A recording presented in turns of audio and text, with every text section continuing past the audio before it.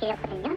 그래서 겨우 원금부터 마련을 하고 연락을 하니까 120만 원을 달라는 거예요. 말이 돼요? 일주일에 이자만 50만 원이에요. 일단 윤석열 대통령이 나서서 말을 할 정도인 만큼 정도를 당연히 벗어난 경우들이 많았고, 이번에는 이자 안 칠게. 대신에 그랬더니 미친놈이 옷 벗고 셀카 하나 찍어서 보내라는 거예요.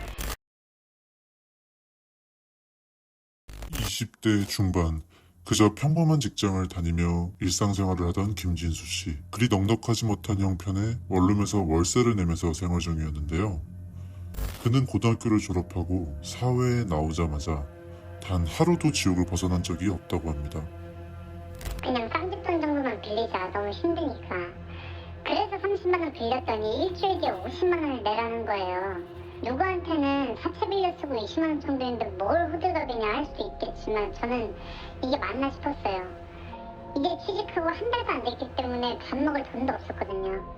밥은 먹어야 되니까 30만 원, 그 30만 원은 진짜 그냥 필요해서 빌렸던 거였어요. 뭐 부모님 형편도 좋지도 않으신데 돈 빌려달라고 하기도 뭐하고 쪽팔리잖아요. 김진수 씨는 돈을 빌리기 위해 대출을 검색하자 대출 사이트는 많았습니다. 나름 규모도 컸고 신뢰도 가보이는 사이트를 검색해서 연락했죠. 그러나 그날 그 한 번의 연락이 김진수 씨를 지옥 같은 늪에 가두었습니다.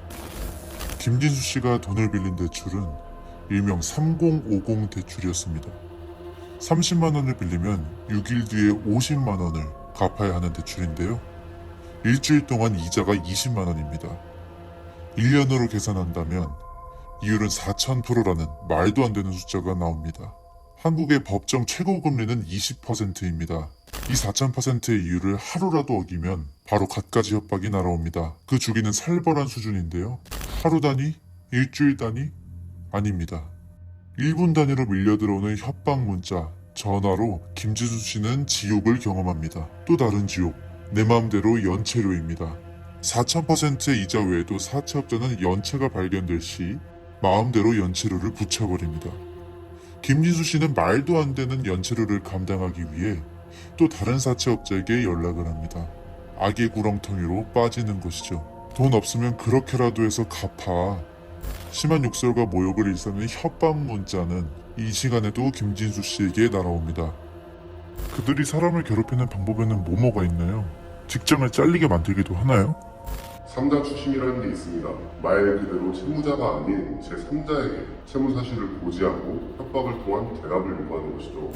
보통 이런 피해자들이 바로 경찰서를 가면 경찰들이 어떻게 대응해 주나요? 많은 분들이 이제 사법기관, 즉 경찰서에 법원을 먼저 하시고 오시는 경우들이 많은데, 개인인 경우 이제 피해 액수가 적기 때문에 사건이 만들어지거나 그렇지는 않은 것 같더라고요. 단 방법은 있습니다.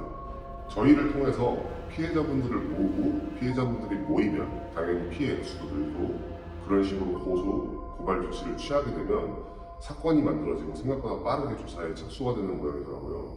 여자들에게는 또 다른 접근을 시도합니다. 이제 막 20살을 벗어난 사회초년생 20대 오하은 씨. 늦지 않은 나이에 결혼한 이 오하은 씨는 이혼을 했습니다. 경제적으로 빈곤할 수도 있겠다. 위험을 느낀 오하은 씨는 바로 옷가게로 생계 되살리기를 시도합니다. 아무것도 아닌 제가 돈이 어디서 나서 옷가게를 열었겠어요. 인테리어며 보증금이며 오픈하고 나니까 제 수중에 돈이 하나도 안 남아있더라고요. 당장 밥 먹을 돈도 없어서 100만 원도 아니에요. 그냥 몇십만 원 정도 김 실장이라는 분한테 돈을 빌렸거든요. 선이자 빼고. 원금 70만 원을 빌렸거든요. 그래서 겨우 원금부터 마련을 하고 연락을 하니까 120만 원을 달라는 거예요. 말이 돼요? 일주일에 이자만 50만 원이에요. 다행히 하은 씨의 가게는 나름 장사가 잘 됐습니다. 말도 안 되는 이자였지만 원금과 함께 전부 갚게 됐죠.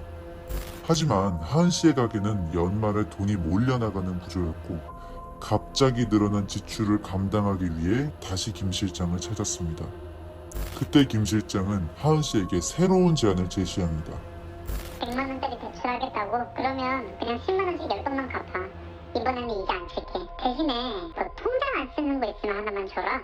이자도 없이 100만 원을 빌려준다는 말에 통장과 카드를 넘긴 하은 씨. 며칠 후에 다시 연락이 왔어요. 부탁할 게 있다. 그래서 이번에는 뭐냐고 물어봤죠. 그랬더니 미친놈이 옷 벗고 셀카 하나 찍어서 보내라는 거예요. 아, 나 그런 거 못한다 그랬죠. 그랬더니 김 실장이 이전에 제가 빌려줬던 통장을 그때 들먹이더라고요. 제가 빌려줬던 통장을 대포 통장으로 썼던 거예요. 그걸로 잡혀 들어가고 싶냐고 협박이 시작됐는데 뭔가 잘못 꼬였다 싶었어요. 어떻게 하면 빠져나갈 수 있을까? 인터넷의 검색만 며칠 동안 지속되었습니다. 며칠 동안 열심히 찾아본 하은 씨의 노력에 찾은 답은 하나, 사진을 보내주는 것이었습니다. 사진을 보내지 않고는 더 큰 문제가 일어날 것 같은 하은 씨는 결국 하면 안 되는 선택을 해버립니다. 그녀의 나체 사진은 김 실장에게 전송됩니다. 네, 안녕하세요. 금융범죄예방수사지원센터라는 불법 사채 피해 채무자분들을 위해 컨설팅 업체를 운영 중인 사설팀장사무소 대표입니다. 저희는 이제 불법 사채, 즉 개인 돈이라고 하는 비대면 사기 대출을 이용하며 현재 피해를 보고 있는 채무자분들을 위해서 원금이 미지급된 사건인 경우에는 채무 조정 및 기간 조율의 서비스를 제공하고 있고, 원금 이상 납부와 이미 된 사건인 경우에는 채무 종결 등의 서비스를 제공하고 있습니다. 우선적으로 의뢰인이 피해를 보는 것을 최소화하며 추가적으로 2차, 3차 금전적인 피해를 예방하는 것에 취지를 두고 일을 하고 있습니다. 피해자들이 왜 벗어나려는 노력을 하지 않고 포기해버리나요? 그들이 가장 힘들어하는 게 뭔가요? 이게 진짜 예전에는 이제 합법적인 대부업체에서도 비상연락망이라고 가족들 번호를 전란히 있던 경우가 있었어요. 근데 이제 3자에게 채무 사실을 고지하는 건 불법 추심이니까 그런 방식들이 전부 사라지긴 했죠. 하지만 이제 불법적으로 운영하는 개인 또는 사채업자들은 그 방법이 채무자들에게 가장 잘 통한다는 걸 누구보다 잘 알아요. 채무자들 또한 그게 족쇄가 되어서 부당한 돈이라도 그냥 빨리 줘버리고 싶어하는 이제 잘못된 선택을 하게 되는 거죠. 노력도 안 하고 이제 포기를 한다라고 보기보다는 갖은 공갈 협박에 내 돈을 갈취를 당하고 있는 게 맞는 편이라고 저는 생각합니다. 성착취물을 이용한 신종 추심의 사례, 직접 겪었던 일도 있으신가요? 요새 뉴스에도 굉장히 많이 나오고 있죠. 일단 윤석열 대통령이 나서서 말을 할 정도인 만큼 정도를 당연히 벗어난 경우들이 많았고, 여성 의뢰인의 경우에는 정말 가끔이지만 본인의 이제 몸사진 또는 이제 애인과의 관계 영상, 자위 영상 등등 절대로 보내서는 안 되는 이제 그런 자료들을 또 보내고, 돈을 다 갚았는데도 불구하고 부당하게 협박당하며 돈을 갈취하는 경우들도 분명 있었고요. 이게 뉴스에도 나온 얘기예요. 만나서 이제 성행위까지 강요당하는 경우가 있고, 또 이제 돈을 빌리고 제때 갚지 못해서 이런 영상들이나 사진들이 주변 지인들에게 유포되어서 극단적인 선택을 하는 경우도 있었고, 정말 정도를 넘어선 짓이라고 봅니다. 이런 경우에는 사건을 막고 안 막고의 중요성보다는 최대한 빠른 해결책을 제시해드리고 극단적인 선택을 하지 못하도록 나름의 조치를 취하고 있습니다. 김 실장은 하은 씨의 벗은 사진을 주변에 뿌리기 시작했습니다. 친구부터 가족까지.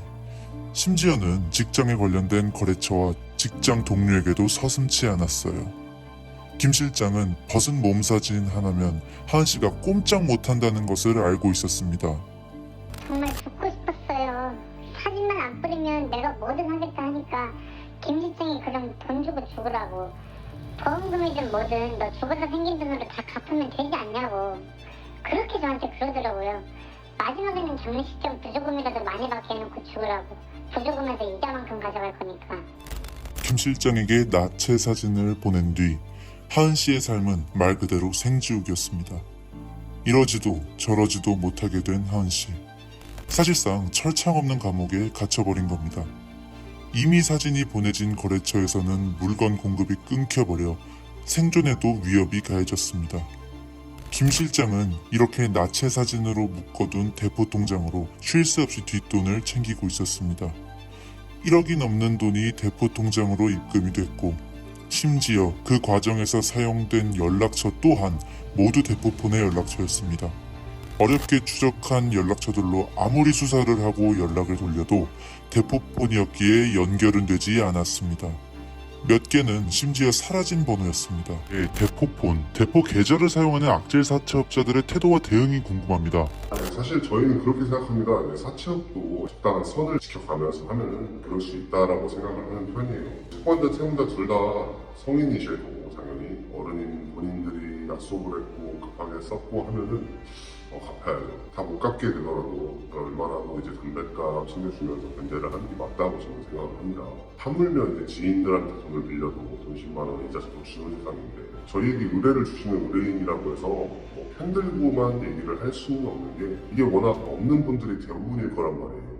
당연하게도. 근데 그런 분들 상대로 돈놀이를 하게 되면 알게 모르게 신경질적으로 변하고 스트레스가 많을 거라는 거 당연히 저희도 알고 있습니다. 그래서 저희도 사건을 받을 때 변제 의사가 확실하게 있으며 명확한 변제 스케줄이 있는 분들 위주로 사건을 받고 있어요. 다시 본론으로 돌아가서 저희가 개입을 하면 처음엔 이제 잘 모를 수도 있으니까 탐정 자격증이나 공식 사업체인지 확인을 시켜달라 하신 분들이 정말 많았어요. 근데 이게 저희가 정상적으로 업을 하고 있다 보니까 나중에는 뭐 대화도 좀 되고 사채업자분들도 그냥 저희가 연락을 드리면 좋게 뭐 자기들도 신경 안 쓰고 있을 테니까 담뱃값 좀 챙겨주세요 이렇게 말씀을 하시는 똑똑한 사채업자분들도 분명히 계십니다. 그에 반해 목소리부터가 좀 어리고 그런 사채업자분들이 자꾸 싸우려고 들어요. 근데 그런 분들은 저희가 이제 대포통장 명의로 피해를 보신 피해자분들을 모아서 사건 만들고 대포통장 두발 넣어서 묶으면 제일 먼저 연락이 오더라고요. 저는 어쨌든 간에 사채업자분들의 입장도 이해를 하고 있고 정말 어려우신 채무자분들의 상황도 우려를 합니다. 그래서 확고히 해결이 될 만한 분들 위주로 저희가 나름의 검토를 하고 저희를 보는 거라 이 영상을 보시는 사채업자분들이 계신다면 좀 똑똑하게 조율이 잘 됐으면 좋겠습니다. 저희랑 뭐 척지고 얼굴 붉히고 그런 것보다는 단 얼마라도 더 챙겨달라 해서 그럴 조건이 나오면 조금이나마 더 얹어드리고 그렇게 좋게 끝내는 게 채무자분들도 피해 없이 끝내는 거고 채권자인 사채업자분들도 똑똑하게 스마트하게 일처리를 보는 거라고 저는 생각합니다. 이런 분들을 도와드리는 일을 하실 텐데 추심당할 때 가장 중요하게 생각해야 하는 몇 가지가 있다면 뭐가 있을까요? 네, 아까도 말씀드렸듯이 이 개인돈 사채업자의 추심은 뭐 절차를 밟고 하는 뭐 그런 채권 추심이 아니에요. 제출받을 때 작성하는 비상연락망, 즉 가족 관계자, 직장 동료, 지인 등 그런 분들 번호로 이제 채무 사실을 고지한다거나 욕설, 비방, 허위사실 유포 등 채무자를 심적으로 압박하기 위한 방법을 추심이라고 일컫는 거고 추심을 당할 때 생각해야 되는 방법이라는 건 전혀 없습니다. 추심이 시작되기 전에 꼭 사법기관 또는 저희에게 간단하게라도 상담을 받아보길 권장드리겠습니다. 저희가 사건을 맡고 안 맡고를 떠나서 진행을 하게 되면 담당하시는 이사님들이 자신만의 노하우를 통해서 추심 전에 선조치로 어느 정도 조치가 들어간 다음에 채무 조정이나 뭐 종결과 같은 저희의 서비스가 제공이 되는 거라 지금 현 상황보다 당연히 나을 거다라고 말씀을 드릴 수 있겠습니다. 당장에는 이 업에 조금 무지할 수밖에 없기 때문에 그렇기 때문에 당하는 거라 전문적인 저희 같은 곳이나 뭐 다른 곳이 있다면 전문적인 곳에 상담을 받아보시는 게 가장 중요하다고 저는 생각을 합니다. 센터장님의 작업 노하우가 있나요? 기선제압 방법이라든지 아니면 오히려 기선제압보다는 그들에게 유하게 접근하는 방법이 있다든지요? 네, 정상적이게 법적인 테두리 내에서 운영을 하고 있다면 그게 불법 사채업자를 상대할 때 가장 큰 영향력이라고 저는 생각을 해요. 그리고 저희가 생각보다 사채업자분들하고 자주 싸우거나 뭐 그렇지는 않고 보통들 좋게 대화가 잘 됩니다. 뭐 대화 안 되는 것들하고는 진짜 욕치고 싸우고 통장 동결시키고 대포폰 자르고 별짓을 정말 다 하더라도 저희가 초반에 이제 먼저 연락을 드리게 될 때는 되게 유하게 좀 연락을 드리는 편입니다. 마지막으로 불법 추심을 당하는 사람들에게 한마디 부탁드립니다.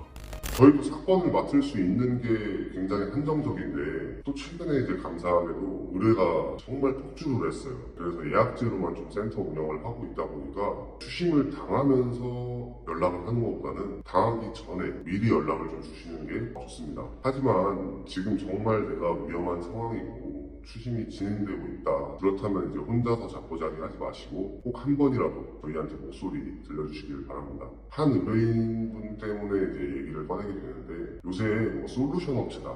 라고 뭐 피해를 봤다 하는 경우들이 좀 많았어요. 당연히 이제 선택은 이제 본인들이 하시는 거니까 그 선택을 맞다 틀리다 할 재주는 제가 없습니다. 다만 선택을 하시기 전에 아무리 급해도 어느 정도 확인은 좀 필요하다고 생각을 해요. 최소한 이제 변호사 사무실이 정상적으로 운영이 되는지 확인을 하는 것처럼 탐정 사무실이면 탐정 자격면허 확인은 필수입니다. 필수. 모쪼록 모두들 올바른 금융거래를 하시길 바라겠습니다. 내가 지금 불법 사채에 노출이 되어 있고 피해를 보고 있다면 혼자 감당하려 하지 마시고 꼭 연락 한번 주시기 바라겠습니다.